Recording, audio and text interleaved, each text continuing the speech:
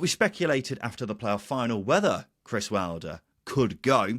Rumours have been circulating for the past week over his future, and now he's gone. What have you made of this, Justin? It's one of them. I didn't see it coming, but I'm also not surprised. I think with new owners, they bring this sort of uncertainty with existing managers anyway. And I toured with the idea last summer, I mean, we both did actually, of obviously if the takeover happened this time last year, will the new owners want a new manager? Obviously, with the team going so well, they're not going to replace him halfway through a season when they did get the takeover completed just before the new year. So really, it's not a surprise. But at the same time, I didn't see it coming, because how often do we see a manager replaced after a 92-point season? Come on, how often does this happen?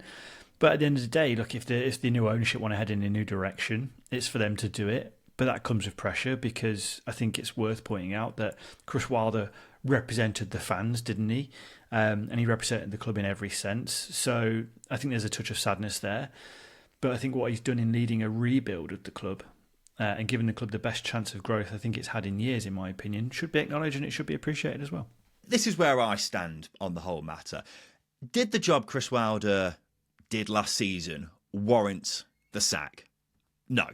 Yeah, it was disappointing to miss out on promotion in the main season and then the playoffs, but he massively turned Sheffield United around. It shouldn't be forgotten how atrocious they were last time out in the Premier League.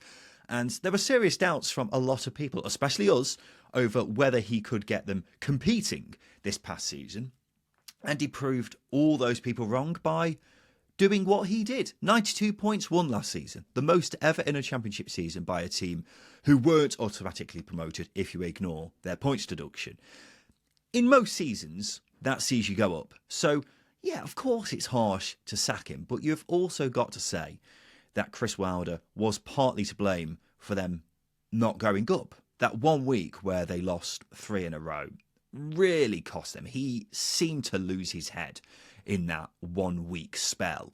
The playoff final, he saw his team throw away a 1-0 lead with 20 minutes to go.